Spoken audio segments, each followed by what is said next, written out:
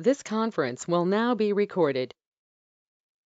Okay, so today we have Nick Barnes. He's the former Whyte Ridge Community Club president and site development director.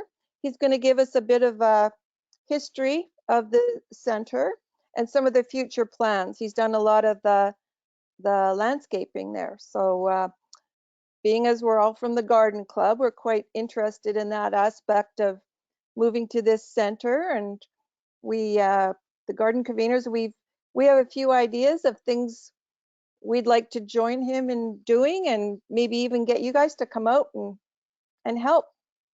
So Nick, I will turn it over to you.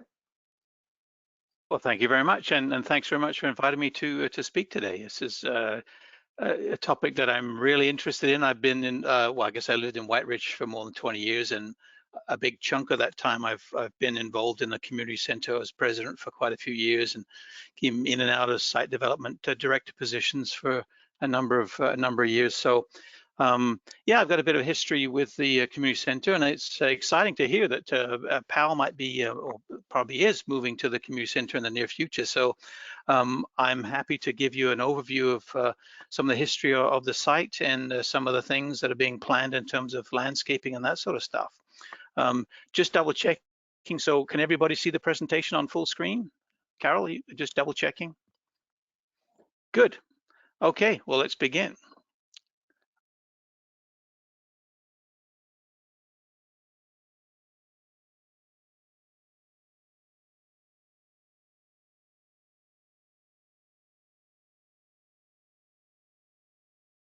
Nick, I think you turned your mic off by accident. There you go. Okay, wasn't that interesting? Too many buttons to push, that's the problem. Okay, yeah, so I thought I'd start with some just history of the site. And this is obviously, as you can see, an air photo from 1979. It's sort of a triangular shape in the middle of the screen is showing where the community center is right now. And just for reference, we got Fort Whyte off to the top right there.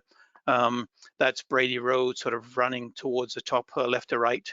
The big railway track is kind of cutting right through the diagonally across the screen, and that's McGilvery Boulevard on the right-hand side. They're kind of running up and down.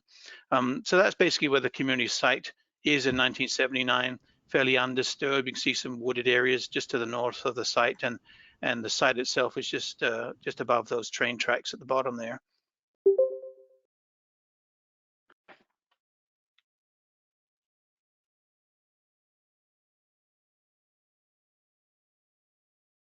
Your mic's off again. That interesting.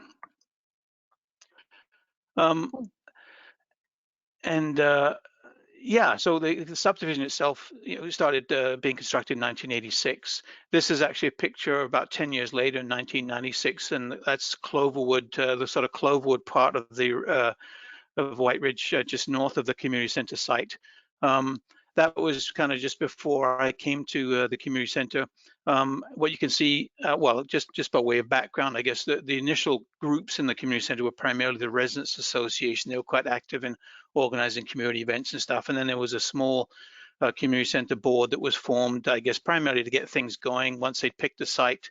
And the first things were the building components. As you can see on this slide, there's the main building itself, the parking lot, and the first hockey pen on the west-hand side. North is to the right, south is to the left. So those are the first parts of the community center that were built. And there's just some shots of what it looked like. That's kind of what it looked like. Well, in fact, yeah, I took the picture. So when our family first moved here, this is kind of what we looked at. And I can remember driving by the community center, and we weren't quite sure what it was. It was like a church or something, but there was some, a lot of grasses and weeds and that kind of stuff in the area. And my wife and I joined a lot of the community groups just to kind of get involved in the community and become part of the community. So I joined both the Residents Association and the board in about 2000. And this is kind of what it looked like when we first came here. So that was about 2000, and there's a small group of us that really wanted to get involved in developing the grounds. As you saw, a lot of the infrastructure was there in terms of building and that kind of stuff. So we really wanted to get the grounds looking nice. So a lot of it was sort of early planning. planning in terms of talking to people. There's the General Council of Winnipeg Community Centers. There's a really good reference. I don't know whether they help your group at all, but they're a really good organization that helps community groups deal with the city and organize fundraising and just give advice. There's a website associated with them that's really good.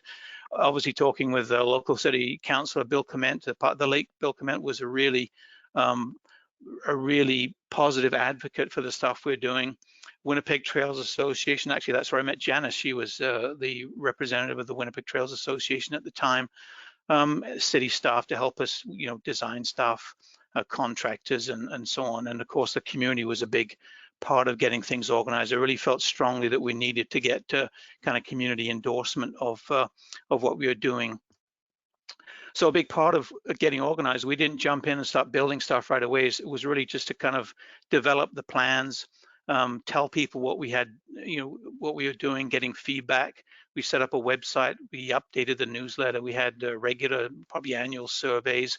That's me in the top right there with my hair a lot darker and a lot more of it than these days, way back. So it's a lot of organizing and structure, and of course celebrating successes on each of the steps along the way.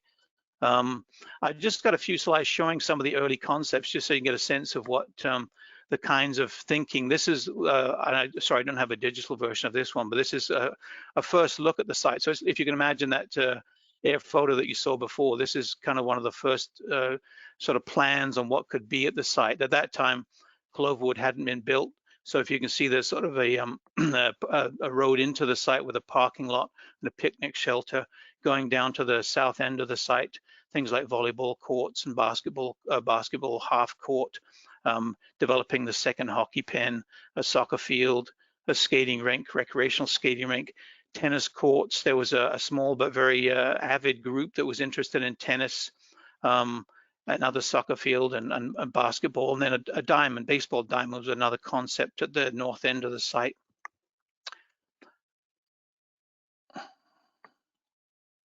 Moving forward to the next slide, changing is slow here. This is the sort of first version of the plan when I was involved. A few tweaks.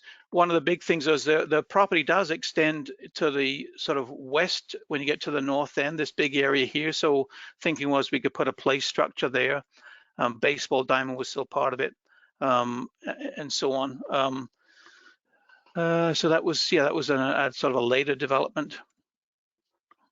It's funny, I made notes but I'm whizzing through this. I'm not going to look at my notes. So I'm probably going to miss a few things, but that's okay. Just trying to move forward, and my computer's not cooperating. Oh, there we go. Yeah, another update with the if you can see on this one with the baseball diamond concept started to disappear. There was a lot more interest in soccer in the community at that time, so the push was to put more soccer fields on. You can see on the bottom left here, sort of a splash park concept was one idea. There was a recreational skating rink in this version. It was the thinking was maybe put basketball courts in that location instead. How does that happen? Just moving forward, this is the current version of the development plan that's with the city. So I can spend a few more minutes on this one, and I'll walk you through what's either there or planned. So going from the left-hand side, which is the south end, this is Fleetwood Road right here. As you've probably noticed, is that we did get a basketball court installed. There was actually a competition with the WNBA that we won to get funding to put that in. We had provision for another one just behind it. We've left that because this is the area, if we ever do get the building expanded, it would actually be in this area. So we've held off putting that in place. So we've got the 2 hockey pens. There's been talk about putting in sand volleyball in the pen to the west at some point. The recreational skating rink, the pads there right now, we do use it in the winter.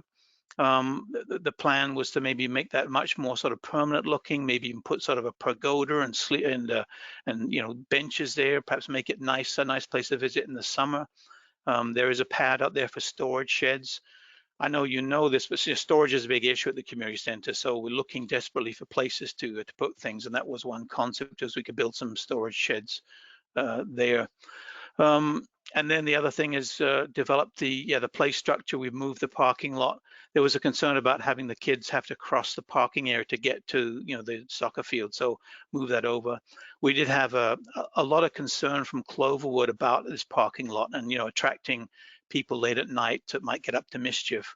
So there was a lot of interactions with Cloverwood. In fact, one of the things I made was a commitment to put in trees as a visual screen and a sound barrier, as things got more busy, so that they could be sheltered a little bit. And then this concept of pathways was the other thing. I wanted to have a contour in the middle. You'll notice, if you've seen the site, you'll notice there's sort of a hump in the middle. It's a long linear looking site. So I thought it'd be kind of neat to break it up with a bit of topography in the middle and then a pathway system moving through it. So that's the official plan that's sort of logged with the city right now. Lots of flexibility. There's lots of details in there. Again, if you've got questions, I can answer them. But there's been a few things that are added along the way. So just running through some of the the implementation. So in 2004, that was the first phase of this grounds development, and you can see, well, we put in the second hockey pen, we put the pad in for the recreational rink, and the pathway got started. So that was that component. One interesting thing here actually is, I think it was 2004, there was a connection to Fort Whyte. This is Muir Lake in Fort Whyte, which was interesting. So from here on, residents using this facility could actually walk through Front Street and cross over McGillivray and visit Fort Whyte. And that became something that was, there was a lot of interest in that. And actually got me starting to think about the trail concept that I'll talk about soon. The fact that, Fort Whyte's got a lot of natural kind of interesting things in terms of interpretive trail kind of stuff. And I was thinking, I wonder if it's something we should be thinking about here too. The other thing, I had at the time been managing a few projects on military training areas in Western Canada where there was a native prairie. So I was learning about native prairie, and I recognized that there's a relationship between native prairie and railways. So again, I was starting to sort of think about some concepts even at this, so 2004, about maybe something interesting in this area. So moving forward to 2006, you can see the trail's been developed a bit more. The play structure starting to get put in place right now. And again, thinking about that Fort Whyte public access concept. Just a shot showing this is right after the play structure area was built. That was it was about several $100,000, kind of a big part of the project, the overall project. You can see now the path has pretty much been put in. The thinking was that the path to the west, this long linear path, would be more functional to get quick access to the soccer fields. But I kind of thought, let's try and make this other path a more of a recreational kind of a path, a bit more winding and meandering, so that people might come there to walk the dogs if they want to spend a bit more time in the community center. Here you can see the basketballs in place. What else do I want to say? That's about it. Oh, this time, we did get funding from the city to put in a native prairie. I wanted to pursue that. So this sort of brown patches where they were installing the tall grass prairie, there was native prairie already existing, sort of remnant prairie areas around the railway track, and that's something often happens. I can talk about that in a few minutes. And the concept was, well, let's just put more of that the other side and make it kind of an attractive feature as people are kind of using the path. They can kind of enjoy the tall grass prairies that walk through there. So that was put in around about 2008. Some of the other things too. Just quick sidestep, if you're interested, it's not the main topic of the discussion, but in one of the sort of big things I was involved in when I was president was participating in this plan 2025 the city put together. Actually, I think they're updating it right now. And that was to look at the amount of sports and recreational public space, and there were all sorts of formulas to determine how much each community should have. And Whyte Ridge and Linden Woods, based on the population and the growth potential, were sort of designated to have gymnasiums. Linden Woods was much further developed, so the thinking was we'll sequence, and they'll get theirs in first, and then Whyte Ridge will follow shortly. And that was kind of one of the last kind of big things I was involved in as president when I left. And of course, nothing happened. Nothing still happened. There were rumors of something happening in 2013. So actually I rejoined the board in 2013, and we started working on the building expansion plan. We hired some landscape architects, and they developed some concepts for us. You may have seen that if you've been on the website. So just to show that briefly, just in case you haven't, I've zoomed in on the community center, the gray building in the center of the screen there. So you can visualize that, and then looking ahead, that same gray building now, the concept primarily is a gymnasium. We're desperate for a gymnasium space in Whyte Ridge. Soccer practices, for instance, have to rent facilities in other communities, and it's something that would be well used. Plus the programming, yeah, as I'm sure you're aware, that the space is fairly limited at the current community center site. So it's difficult to have big programs, and this would facilitate that. So that was the main concept, plus a bunch of storage areas and meeting rooms and that kind of stuff. But it's unfortunately gone nowhere so far. The funding issue, it was about $5 million at the time. It's probably a couple of million more by now. So I think what it's going to take is somebody with enthusiasm that really wants to get things pushed through. But anyway, I thought I'd mention that just in passing, because that is it's something that's sort of out there on the radar screen that maybe one of these days someone will do. If you go to Linda Woods, which is a sort of a sister community, their demographics are very similar to Whyte Ridge, and theirs is used all the time. They get a lot of enjoyment out of it. Anyway, so back to the sort of core part of things, and that's the interpretive trail, this concept that I kind of had and developed. Just fleshing out the thinking, you know, it was that connection to Fort Whyte, the fact that immediately to the north of the Whyte Ridge Community Center, there's this place where people go to enjoy nature, to walk on trails and stuff, and thinking, well, maybe if they're able to walk from Whyte Ridge, why not start their journey when they get into the community center property?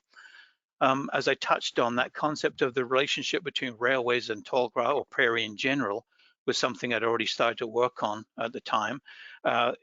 Coincidentally, perhaps the Trans-Canada Trail does pass through Whyte Ridge. In fact, at the time it passed up Cloverwood before the community center was developed. So I managed to get them to move it to the east, so it now actually passes through the community center.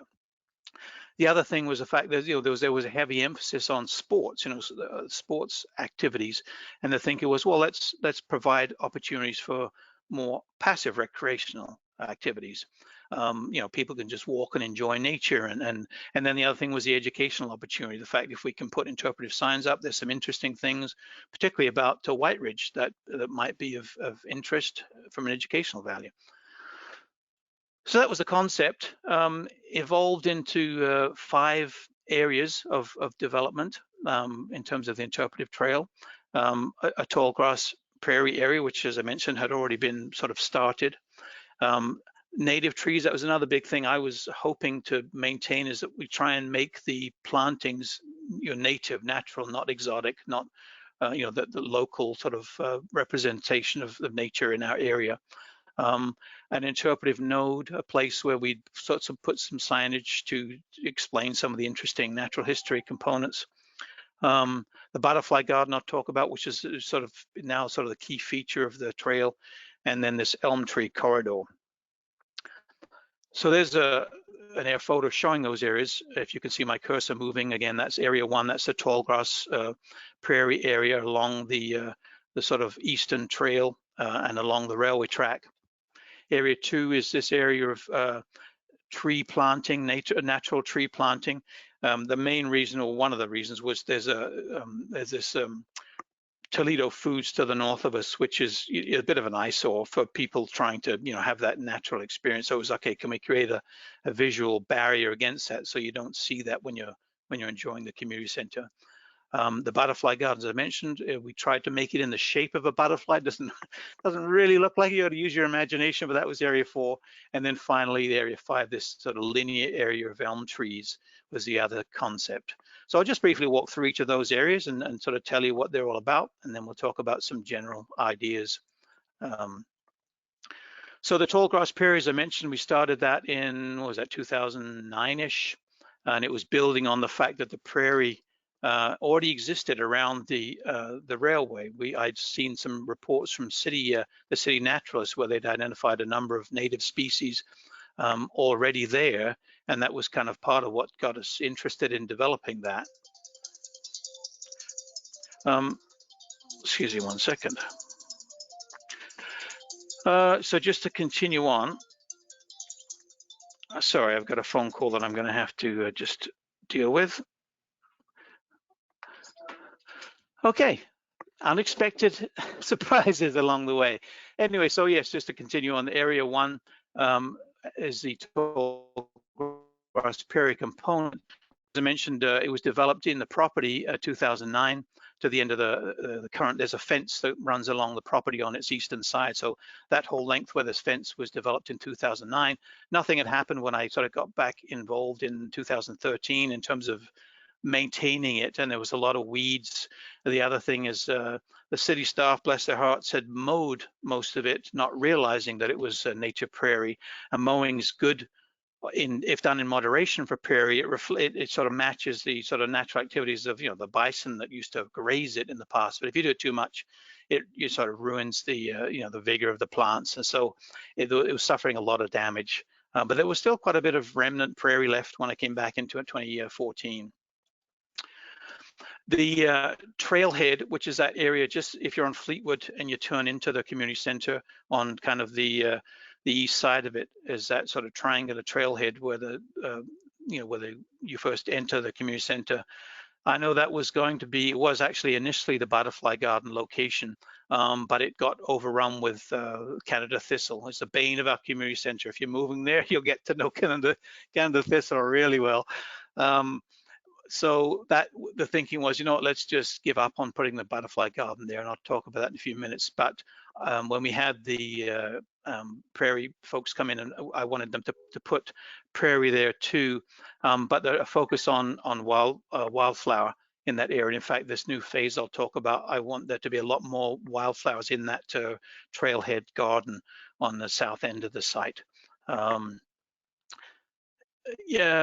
So 2014, we continued the prairie to the north, so it's filling most of the property now on the eastern side. Native Plant Solutions was a group, sort of a sub part of Ducks Unlimited, that to have expertise in prairie. They do a lot of actually the new retention ponds as well in the city. Anyway, so they came in and seeded and put a cover crop and helped to manage it till it grew up, which was really good. So we did that in 2014.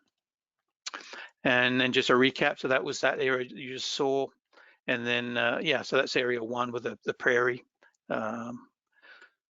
Area 2 was that area of native trees to the north. And as I mentioned, that was a need interest in putting a visual barrier towards Toledo Foods to the north, but making it natural trees. And I wasn't there when they were installing it, but again, this is contractors, lining up trees in a nice, neat row, all exactly the same distance apart, and it looked wonderful in terms of, I guess, I don't know what, from an architectural perspective or whatever, but it wasn't natural. That was the idea. So I was a bit disappointed in that, but it had already been done, so we couldn't change stuff. But what they'd done is they put a line of the trees about 10 meters from the fence line. And of course, again, what happened, the city staff came in and started mowing it. So what we ended up doing is the city actually will provide for free saplings. So we planted in sort of a door, a gate fence of saplings to stop the city from mowing that area. And subsequently have tried to move some of those younger plants into that space to make it more natural. It's another project, though, I think, is to do that more seriously and try and fill in that space so we have a nice natural screen on the north end of the property. And again, we tried to use native species where we could. The third is the interpretive node. So that's a place where if you're walking the dog or just going for a nice walk, a place for you to sit and stop for a few minutes and to learn about some of the natural history in the area in this open node. 3 signs there right now that I'll talk about. One is as I've already talked about, the historic relationship between railways and native prairie. And there are also two historic events in the vicinity of our community center that we talk about in these signs as well. One's the Battle of Fort Whyte, and the other's called historically the stopping of the survey. So I think I've already touched on the first one about the historic relationship between rail and prairie. You know, basically, as you probably know, this part, southern Manitoba and stretching into the west of us, Saskatchewan and some of Alberta, was almost all prairie, with a few sort of aspen wooded areas. And when the settlers came 100 or 200 years ago, of course, agriculture was a big activity, and a lot of the prairie got plowed under. So what happened is that it's now quite a rare habitat type. And interesting enough, a lot of the remnants in the prairies are around railways. I guess not only because you can't plow up to a railway, but also fire is an important part of sustaining prairie. In nature, you know, you get wildfires that burn prairie off, and in fact, there are some native species that need that fire to do well. Some of the seeds are very hard and actually can't germinate unless there's a fire. And the sparks off the trains actually serve to cause small fires that help to sustain the prairie. So anyway, that's an interesting story. And I thought, because, you know, people walking in the community center, obviously you'll probably see the train from time to time. It's a nice story to tell about, you know, what that means for the prairie. So that was one of the interpretive trails. And then there's a couple of interesting historic activities. One was the stopping of the survey. Actually, there was a sign in Don Smith Park, a provincial sign, that was vandalized in 1995 and disappeared. And when I got this concept of putting in interpretive trail, I tracked down where that was. It was actually in a storage area somewhere, and I asked if we could have it moved to our community center. It actually ends up being a lot closer to where the actual activity event occurred. Basically, it was shortly after Confederation, when again, when you had the settlers moving out west and wanting to settle in different areas of Canada, the federal government came out and surveyed lands to partition them out to various people that wanted to farm the area. And in 1869, Louis Riel actually stopped one of the initial groups of surveyors from doing that, and it was actually just north of the community center that happened, and that was said to be one of the first actions leading to Manitoba separating from the Northwest Territories and joining the Federation. So it's an interesting historic event and happened quite close to the community center, so there's a sign talking about that. And finally, the other sign at this location is talking about the Battle of Fort Whyte, and actually one of the origins of why the name of Whyte Ridge and Whyte Ridge Community Center and so on was from someone called William Whyte, who worked with CP Rail as a senior person there. And at that time in the late 1800s, there was a lot of disputes and monopolies and political infighting about ownership and who could have rails going where. And there was actually a big conflict, again, just north of the community center in the late 80s. And this particular one, William Whyte rallied his men, and they actually turned over a rail car and put up fencing, and they had 200 men protecting it, the site of their rail from being taken down. And so anyway, in the press, they called it, they jokingly, Fort Whyte, because it looked kind of like a little fort. So that name stuck. And in fact, there's a little place north of Whyte Ridge called Fort Whyte. Fort Whyte alive and so on. So anyway, that's the origin of the site. And again, interesting story, relevant to the community center. So there's a sign talking about that too. And again, that's in that interpretive node.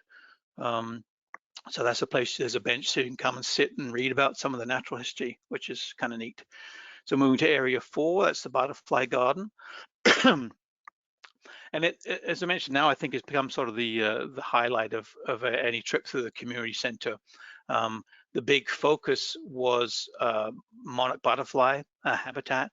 Monarch butterfly, I don't know whether you know, but they actually do massive migrations to a habitat in, sometimes it's as far south as South America in the Amazon. And I guess because of logging and so on, their habitat globally has been impacted substantially. So there have been a number of initiatives to try and offset that and provide more habitat and try and get more monarch butterfly, production. So that's an interesting kind of a feature. And as I mentioned, there was an effort to kind of put in a butterfly garden a few years ago that wasn't successful. So we put a bit more thought into it this time and looked at some of the habitat requirements of butterflies and monarch butterflies in particular. It basically to survive, they need sun, they need shelter from the wind, they need water, and they need food. So the site we picked happened to be in kind of a topographic bowl, looks like a little little arena kind of a thing. We've put shrubs around the outside of it. It faces south, so it creates a really nice area to support butterflies. The big thing is adding in the plants for the adults and the caterpillars. Kelly Leipzig, I was hoping she would be here today to answer questions, but she played a key role.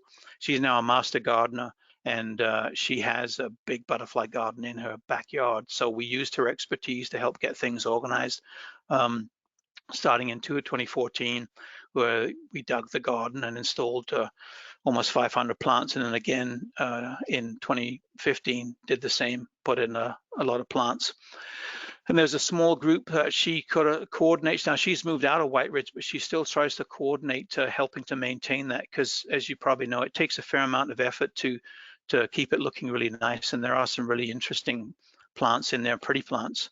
When we finished, we had actually Nature Manitoba came and took a tour of the site. I ended up writing an article in a magazine about it, and it was quite successful and quite kind of fun. It was a good way to celebrate finishing it off. And then we put in, again, an interpretive sign talking about the butterflies and why they're important and that sort of stuff.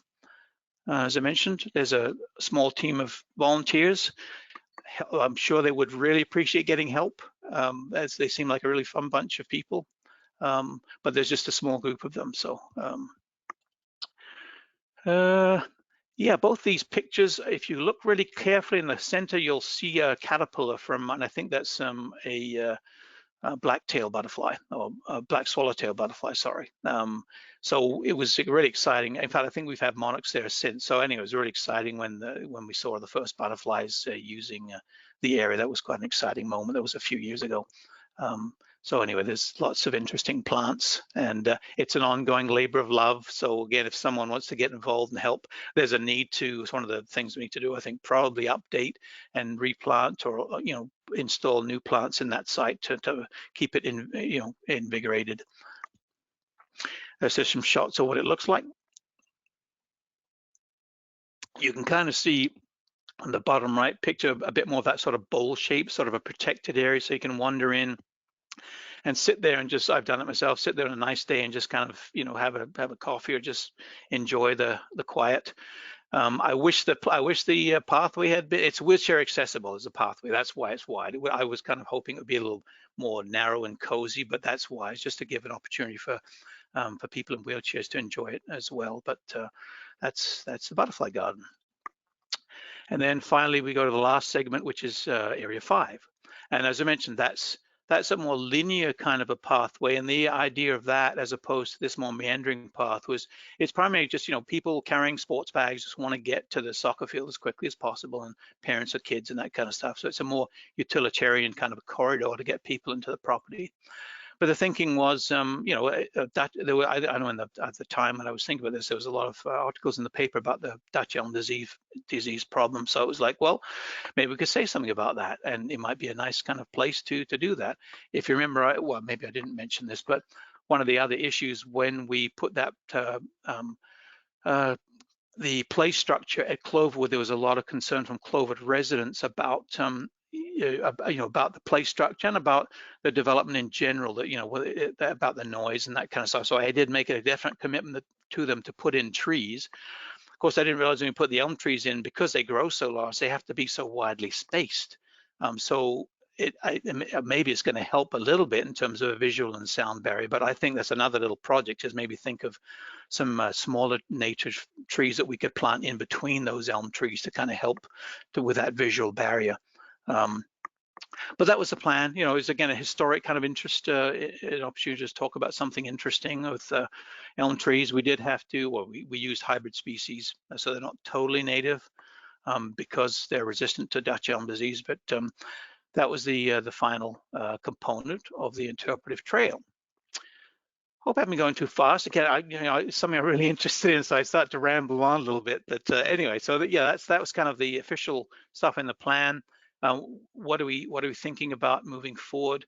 I've already got funding in place to put in a final segment of prairie. I thought it'd be kind of neat. This is, remember, that's the butterfly garden. So as the trail kind of curves to the west, and that's the node, just to kind of soften this whole area up. So when you're looking down the length of the community center site, hopefully this will be a nice tall prairie and kind of soften things up a little bit. And also when you're sitting on the bench and reading about prairie, hopefully you'll be surrounded by prairie and it'll feel, a much nicer kind of experience. There is a need to there's a number of flower beds in there right now that again are in dire need for regular maintenance. We had, when I came back in 2014, they were just totally weed infested, so we ripped it all out and started again. But, it requires regular maintenance to make them look nice. And then, yeah, there's, as you probably noticed on that, the master plan, there's still a few bits and pieces that haven't been implemented yet. But that's pretty much it. I think you can see these links on the website to the various things I've been talking about. And that was my last slide. It was just sort of, this is the main reason that I got involved is kids in the community and just people getting together and having fun. So that's what sort of got me going and doing it. So that's all I have to say. Thank you very much for your time. I'm happy to chat if you've got questions. Oh, that was great. Lots of information. It's interesting to hear all the history and how it came together. So if anybody has any questions, now's the time. Turn on your mic. Feel free to chat. Or if you don't want to speak up, you can put questions or comments in the little chat function there, and we can read them out. I have a question, Carol. This is Mary. Okay. Is there any interest in the community to put community gardens in? Yeah, I would definitely. I think any ideas to make this look a nicer place would be more than welcomed. I would think. I know I'd always, as you saw on the last slide, there was a couple installed. I had another idea. There's a big spot off Cloverwood that has an ideal space for a garden. But if there's other areas too, absolutely. The only constraint might be as I mentioned, there's still this desperate hope that one day we'll get a building expansion, but outside of that, and a parking lot expansion, but outside of that, open season on any interesting creative ideas. Where would you put the community gardens? We were looking at the lot, and it looked like the soccer field was, mainly that green grass all the way down to the end behind the building. We didn't see a place for a community garden. There's a number of different spots. I'm just trying to find a good, anyone will do, I guess, won't it? I'll use this one. You can see the sort of air photo on the slide? Yes. So, and can you see my cursor moving? Yes. Good. Okay. Well, yeah. So as I mentioned, hopefully the building is going to be expanded here. So that, we put it as there's a fitness thing here, but it's sort of butted up against the basketball court. So this area will be protected, and they're probably going to, again, if this ever happens, there'll probably be the parking lot might be expanded a bit here. Oh. There's some flexibility. There's sort of policies in terms of how many parking stalls you need based on the building size. So there's a possibility it may be expanded here, but there's some spots that could be added. This is in Cloverwood. There's some area here. Oh no, sorry, it's here that I had thought would be an interesting spot for a garden. It's a nice sort of entrance way to the parking lot and so on. So that was one spot. Where were you thinking about? Well, we didn't, we were looking down the big green area in behind, but they all look like soccer fields. So you couldn't put it beside the soccer field. No, it depends. So you'd want it obviously where people can enjoy it, because there's some sort of areas here, spots here where people don't really get to. I think you're talking about vegetable community gardens, are you not? Yeah. Ah, well, okay, well, that's very different. That's very different. Well, then in that case, it's not, it's more functional than decorative, right? Well, there's a couple of ideas. There's a couple of ideas that come to mind. I would say that up here would be the logical places. This area, this sort of triangular area here is not very well used. And also there's a whole, now this is another obvious area, sort of a dead area right now. The only issue with that might be how the people here feel about that. You know, if you wanted to use this area, because actually, you know, as I mentioned, this is Front Street, and there's sort of a bridge that goes across it, is actually part of the community center. But it is now surrounded by houses. There's nothing there. We were trying to think, what could you put there that people could use? So that would be one spot. But if you did that, we'd probably need to talk to these residents and just, you know, make sure they're okay with that. Another option would be here. We wouldn't have the issue with dealing with the residents there. But, you know, if there was a way to kind of create a space there, that would be a logical place. There's a few trees, but there's enough open space there for sure. In fact, I would say that that would be my first choice, without this being maybe the second choice there. You can access it. Yep. How big are those spaces, the ones that the two? Do you know what the square footage or the dimensions of those areas is approximately? I would have to, I wonder if there's a scale bar on that. Where's the one with the, oh, here we go. There's a scale bar, so it's a ratio. I'm no good at ratios, 1 to 700. So yeah, it's 1 foot now. I'm not sure. I'm sorry, I'm not sure off the top of my head. I'd have to get on Google Maps, but it's quite a large area. I mean, you know, it's almost a quarter size of a soccer field. So, you know, that's quite a large area in both these areas. That's good to know, because then I can figure it out. Yeah, I can follow up with you if you like. Again, it would just be going onto Google Maps, and we can do sort of a quick measurement. But there's a fair amount of space. So those would be the obvious two. Because again, if you're doing that, it's not, you probably don't want to be drawing attention to it, right? So you might even want to create, you know, I don't know how, I don't know much about community gardens, whether you would create some sort of buffer around that, put some, you know, trees around it as a visual screen or something, or a fence. I don't know how, but anyway, that I would say that's probably the best choice, with that being another good choice, but needing to talk to residents that they feel comfortable with that going on there. Yeah.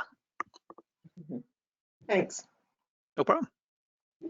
We were hoping to have that little triangle at the south side of the area for a little, you know, area for yoga and, you know, sitting there with a cup of coffee. You could go in and get a cup of coffee at the rec center and bring it outside. You mean that same area here, or you're talking further? No, Where's up your at little cursor? up If at you the go, front. to the south side, just what would it be? West, east, north of the parking lot. You see that little triangle right in there by the front door? The southwest side. Yeah, we Here? briefly talked to the city about Yeah. that, and they seemed fine with it. Yeah, the only issue with, as I mentioned, with this area is we'd have to look at potential parking lot expansion. So certainly in the interim, I mean, yeah, who knows? That may never happen, right? So if it's a question of just setting something up, what would you be needing to do, you know, to develop something like a structure of some kind or something We were thinking of like a little French alley along that little path with maybe thunderbird crab trees, and because the birds will eat the berries in the winter. Mm-hmm. And it would be interesting to look at. It'd be like a covered walkway almost towards your pathway that goes down the full length of the field. Mm-hmm. And you've got trees along that side. And then we were thinking of a Christmas tree would be really pretty in front of the hockey rink. Yeah. And, you know, at Christmas, if you can get electricity to it, it would be really pretty in the park. That sounds fantastic. So the And only then issue, maybe another little butterfly garden around that tree.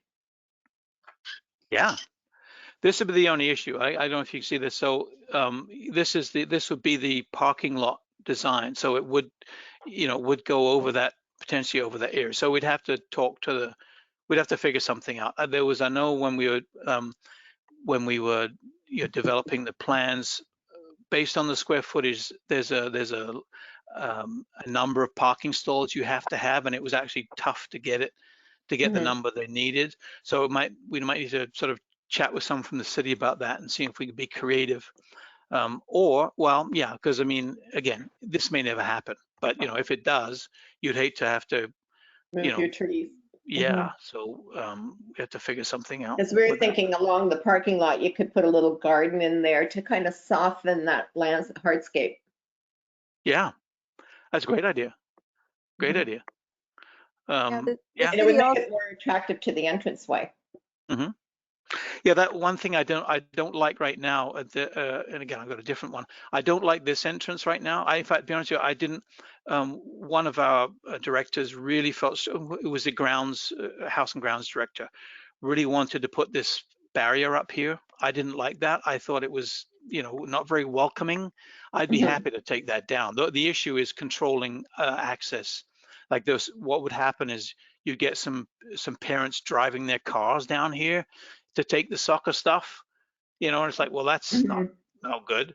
But I would, if you could move that barrier up to here by the, beside the hockey pin, and make this much more welcoming in general, right? Like soften it up, as you make the pathway much more inviting. Maybe do something neat around here. I'd love to get those bollards out and take the chain off, and maybe even move it up here and do something neat here. Absolutely. But like I say, that would be the only constraint is right now. The current long-term plan will be to make this into a parking lot. So we'd have to kind of see if there's any ideas. Could we, what if we did something different there? Where could we find that parking elsewhere? Maybe at the north end we could expand or something. We'd have to kind of, just to make sure that when you make that investment, you don't have to make that tough decision 5 years from now or something. It's a great idea. I'm totally on board with that, because as I'm thinking about now, I don't like the way this looks right now at all. I think it's We kind were of also thinking with your community center, you've got a dip from the patio leading to the front door, and then between that and the hockey rink. And I would imagine in winter, it's kind of hazardous going out of, putting on your skates in the building and then coming out and trying to find that pathway. And you might fall off it. Are you talking Why at not this? extend it right to the rink? Are you talking about the north end? I'm talking about this community center in the middle. Yes. The walkway to the building's door. the entrance, The entranceway. entrance to the building. Okay. then- Underneath, you mean underneath you've got a Yeah, pass you've got the roof. Yeah. Yeah. And then there's a spot like you can fall off it between the hockey rink and that walkway. Yes. Okay. Yes, you're right. That's By- something. By the Yeah. big I would think in winter that could be hazardous. Yes. Yeah, Agreed. the chair of the facilities committee suggested that we try and put some interlocking paving stones there and kind of level it off. I'm not sure how well they would do with people with skates walking on them, but in the summertime, it would kind of extend that area for sitting. So, Yeah. And I'm guessing there's probably some temporary covering you could put on there before skate season. Like I think there's some kind of coconut rubberized. matting or something you could put on there and Oh, take it yeah. off in the spring, kind of stuff to protect it.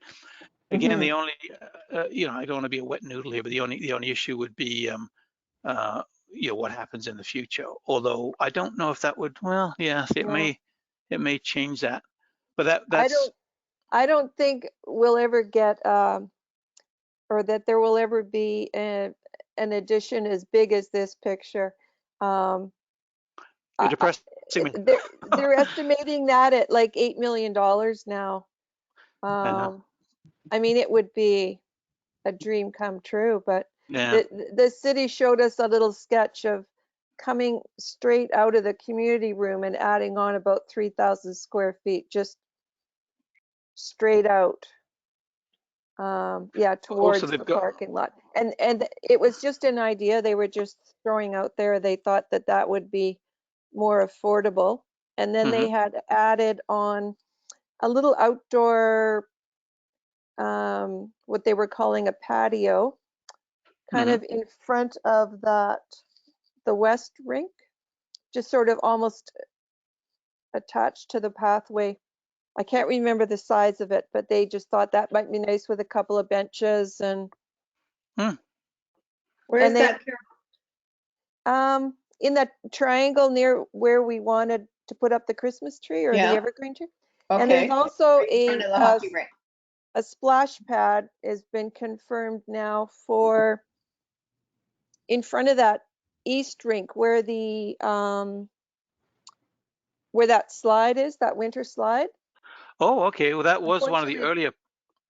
Yeah, I'm surprised they don't put it in the back with the playground, but apparently that's where it's going. That's sort of all I think pretty much confirmed. Okay, well, on this picture, yeah, that was one of the early concepts for that same kind of thing right there, but it kind of fell by the wayside. So that's interesting. Okay. Yeah, according to Janice Lukes, that's okay. I think Well, I it's need pretty to get confirmed. It sounds pretty confirmed, but I think that's the plan. So we're not going to plan anything in that little section. Yeah, well, it sounds like I need to get myself up to speed with the recent developments here because I wasn't aware of that. And it sounds like what would be useful, and again, I guess the AGM's coming up in April, and I've been toying with the idea of jumping back in the ring again and just kind of getting up to speed and trying to get some of these neat things done. But you know, it sounds like there may be value in kind of updating because again, this is the last official kind of plan. You know, maybe there's a need to kind of, you know, develop these. Well, it sounds like the city already has, but I think it was just an idea. You yeah, know, but maybe they were. I think they were suggesting to us like maybe don't plan anything for that little square because if we ever expanded, that's kind of the logical spot. But yeah. I would like to ask about your source of water for your plants for the butterfly garden and whatnot. Yeah. Yes, indeed. It's a long way to. Yeah, it is. We got in the garage. There's a giant fire hose that they have to roll out. Yeah, it is because it's the same maintenance as in terms of when when we get the warm summers, has been a problem. And in fact, you know, getting some of these, like even the prairie and some of these other trees and stuff, that we have to make that part of the contractor's commitment is to bring out a truck and get these watered in until they were established. But it is an issue. What we've done is have summer students with buckets. That's the other thing. I guess in the summer, but it isn't functional. It would be great to have a water line put in for sure. That would be great. Yeah, which is, I mean, that's a consideration if you were having the community gardens back there because it's a long way for water supply. Yeah, that's a good point. I mean, whether you could, obviously we've got the source will be here, or I don't know whether there's anything you can tap into, up here somewhere, utilities somehow. So that's another good point, is to another chat with the city maybe, is because it is an issue right now, is maintaining, the center and north end of the property with water in the summer. Absolutely. But yeah, at the moment we've got a giant fire hose and it stretches, I think, almost to the butterfly garden, but not quite. So it's been the summer students with buckets, and it is quite labor intensive. And that's a good point you have up here. Yeah. Is there an outdoor tap anywhere? I think it's on the building. I don't, that's it. There's a tap out here. There's actually a washroom at the north end. I think there's a tap here. I think that's it. In the garage too, there's a big one. All right, it's Sandra. Where's the garage? It's this white building right here. Where's your cursor here? Oh, can you see me? It's have I gone off? The back of the building between the two rinks. Yes, correct. correct. I see. Okay.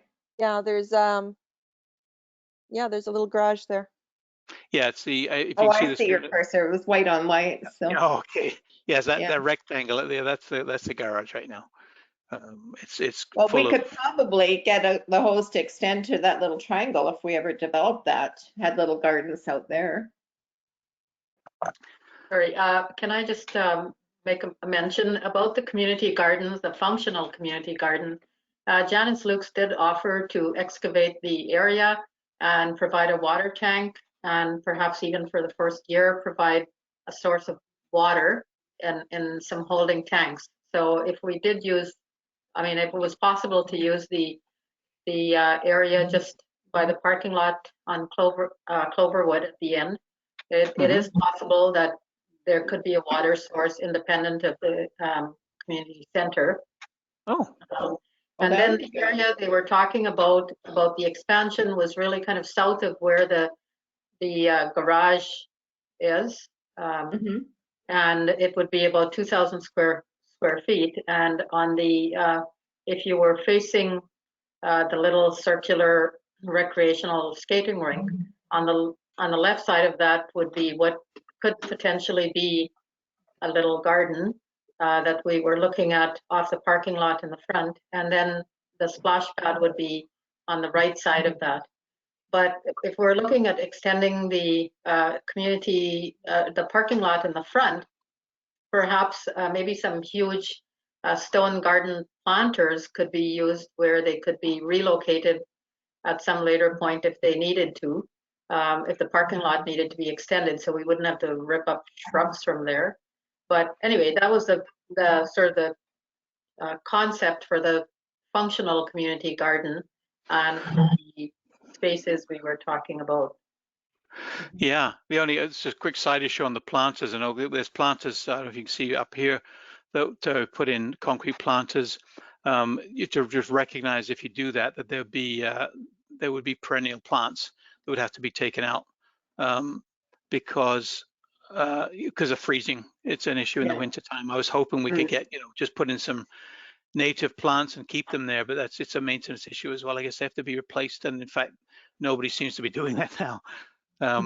Yeah, I think it sounds like, and again, I'd be interested in participating in like an update, a plan. I mean, if this expansion plan is off the table, obviously that opens up a whole bunch of different options, right? I mean, because right now we've been sort of trying to protect space because of that. But if there's a whole different plan, I mean, maybe this whole plan should be updated, right? With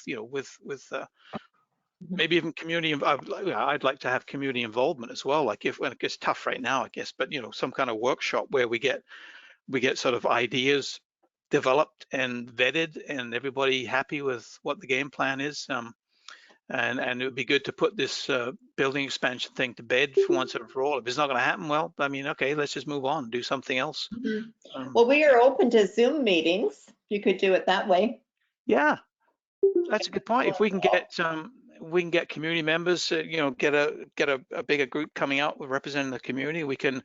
It was one of the big things when I was much more actively involved. I really felt it was important to be very transparent and get feedback and make people feel a part of this process, right? And so that they actually physically feel part of the community center by helping to make those decisions.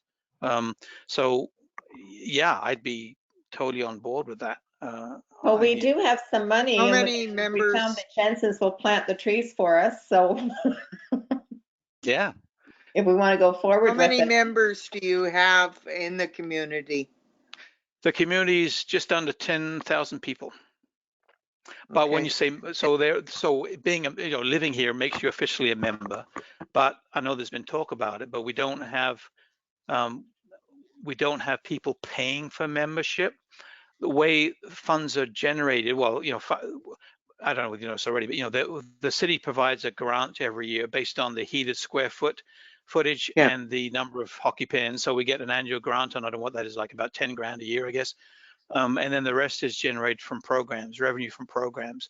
The big ones are soccer and basketball. So they try to make a bit of a profit, and then that goes in towards funding as well. But there's again, as you maybe know, there's funding sources out there. I developed a brochure of funding. It's probably out of date now, but Land Education Reserve Fund is the one that Janice taps into to fund these ideas. And why was the decision, I've never understood this, where the winter slide is, why is that where it is rather than back toward the playground? Yes. Well, I don't know if you can see right now the with the location it's supposed to be.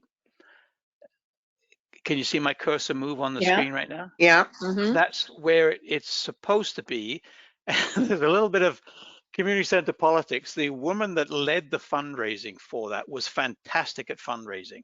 And she felt really strongly that at least when it first went in, it needed to be visible from the road so people were aware of it and could use it. But you know what? I haven't seen a massive crowd of people using that thing. And from a functional standpoint, the idea was that it would actually, you would use, somebody would create and lengthen the slide with ice. I've seen other, I don't know if you have, I've seen other community centers where they have those long slides that someone creates, you know, the house and grounds person. And that was the idea, is to have it here out of the way. And yeah, and just extend it, you know, so have a nice long slide. So yeah, I tried for the longest time to keep fun. We got a grant to do that, and I tried to keep a couple $1,000 available to, because you can drag it back here. It is feasible. I've already checked that. And at some point, I guess when I was president, I always had it in mind to drag it back here at some point. So I'd be totally on board with that idea. Yeah, Makes more sense. Yep, I was kind of outvoted, I guess, at the time, but yeah. okay. Yeah, I think we could, another function that the group could offer too is, you know, in the spring and fall, we're always subdividing our perennials. It would be a good place to put them. Yeah, absolutely. Absolutely. This is really exciting. Yeah, it is. Guys and gals, you know, I kind of, again, you know, I got really heavily involved in activities for, you know, I don't know, about 10 years or so. And then, as you maybe know, when you're doing so much, you kind of get burnt out. And I probably stayed a year longer than I should have done. And, you know, things kind of maybe, you know, I lost enthusiasm and had to step away. And but I've kept my fingers in, and I'm getting interested again about what I'm hearing. So, you know, I mean, there's another sort of just You getting gave a things. wonderful talk. Thank you. Well, you're welcome. It's That was again, very interesting. Oh, good. Well, it was a labor of love. You know, I felt very strongly about it. It was a lovely kind of thing to get involved in. And so when we moved here we really wanted to get heavily involved in the community, or lay down roots and get the kids, you know, immersed in